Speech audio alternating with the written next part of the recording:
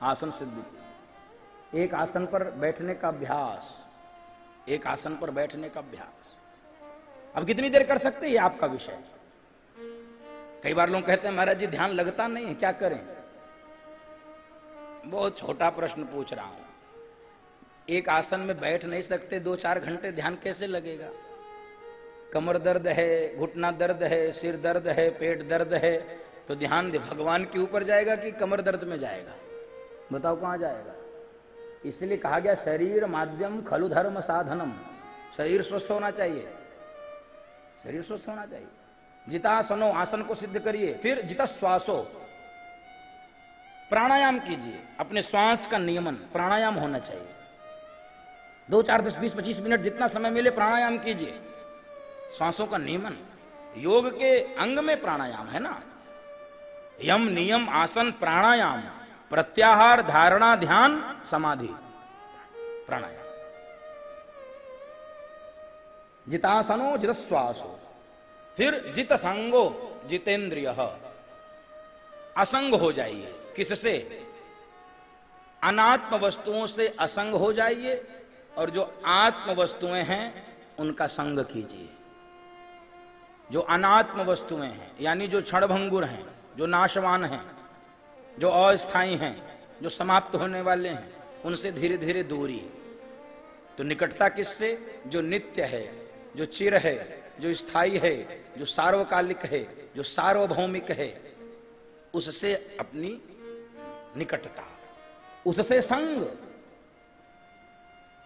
और अनात्म वस्तुओं से असंग। इंद्रियों को वश में कर कर भगवान के स्थूल स्वरूप का ध्यान कीजिए। स्थूले भगवतो रूपे। देखिए 2 प्रकार के ध्यान हैं, एक स्थूल, एक सूक्ष्म। शरीर भी 2 प्रकार का होता है, एक स्थूल शरीर और एक सूक्ष्म शरीर। वेदांत का विषय है यह।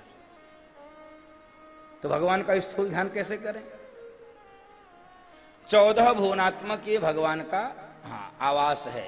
ये वो जो 14 भुवनात्मक ब्रह्मांड है, ये भगवान का घर है। आज ही सुंदरकांड में हम लोग गाए हैं, 14 भुवन एक पति होई, 14 भुवन एक पति होई, भूत द्रोह तिष्ठई नहीं कोई, भूत द्रोह तिष्ठई नहीं कोई। 14 भुवनात्मक ये ब्रह्मांड है बंधु माता। इसको देखकर भगवान के स्थूल स्वरूप का ध्यान करना चाहिए। केवल कोई मूर्ति भगवान नहीं होती है बंधु माताओं। भगवान के स्थूल स्वरूप का दर्शन कैसे किया जा सकता है? 14 भुवनात्मक, 7 लोक ऊपर, 7 लोक नीचे, अतल वितल सुतल तलातल रसातल महातल पाताल, ये नीचे के लोक हैं। भू भुवः स्वः मह जन तप और सत्य, ये ऊपर के लोक हैं। 14 भुवनात्मक ब्रह्मांड, इसके मालिक ठाकुर जी। ये ब्रह्मांड में जो कुछ भी दिख रहा है उसको देखकर भगवान का ध्यान होना चाहिए। अब जो ध्यान नहीं लगा पाते उनके लिए मैं निवेदन कर रहा हूं, ध्यान से समझिए। जिनका बंद आंखों से ध्यान नहीं लगता है, खुली आंखों से ध्यान लगाइए। बहुत लोगों का बंद आंखों से नहीं लगता है। मुश्किल क्या है? माताओं की समस्या बताऊं पहले, पुरुषों की तो छोड़ो।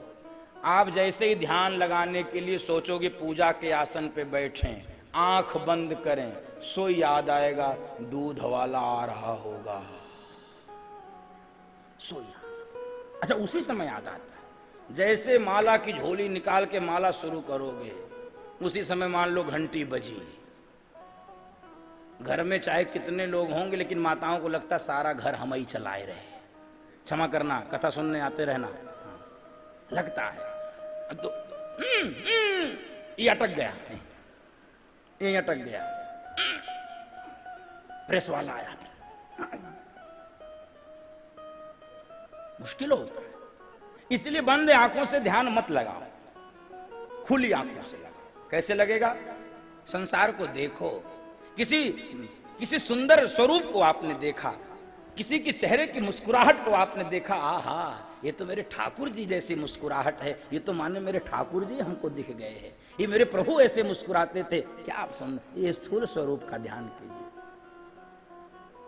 सुंदर पुष्प आपको दिखा, आंख बंद मत करिए, पुष्पों की सुंदरता को, पुष्पों के रंग को देखिए। वाह, ठाकुर जी ने क्या सुंदर रंग भर दिया। दुनिया में कोई वैज्ञानिक भर सकता है क्या?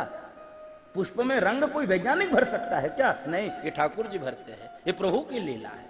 वो देखकर आपको लगना चाहिए कि ठाकुर जी की कैसी महिमा अनंत है। ब्राह्मण, क्षत्रिय, वैश्य, शूद्र, ये सब देखने के बाद आपको लगना चाहिए ये हमारे ठाकुर जी है। भगवान ने ये चारों बनाए। ब्राह्मणों मुखमासीद बाहुराजन्य कृत वैश्य पदभ्याम गुम शूद्रो वज, ये चारों ठाकुर जी के, कोई छोटा बड़ा नहीं। हे फालतू बेकार की बातें, ये भगवान के स्थूल स्वरूप का ध्यान है, ये चारों। फिर 3 महत्वपूर्ण आवश्यकताएं होती हैं, हम लोग बचपन से सुनते हैं, रोटी, कपड़ा और मकान। देखो भाई, आवश्यकताएं बढ़ती हैं तो आविष्कार होने लगते हैं, अन्यथा तो कोई आविष्कार की ना आवश्यकता है, न किसी पदार्थ की आवश्यकता है। आवश्यकताएं आविष्कार की जननी होती हैं। आवश्यकताएं बढ़ती जाती हैं, आविष्कार होते जाता है। नहीं तो रोटी, कपड़ा, मकान, ये तीनों परमात्मा ने दिया है कि नहीं? भूख लगेगी, भोजन चाहिए, सुंदर फल। आज एकादशी है तो फल ही से तो काम चल रहा है।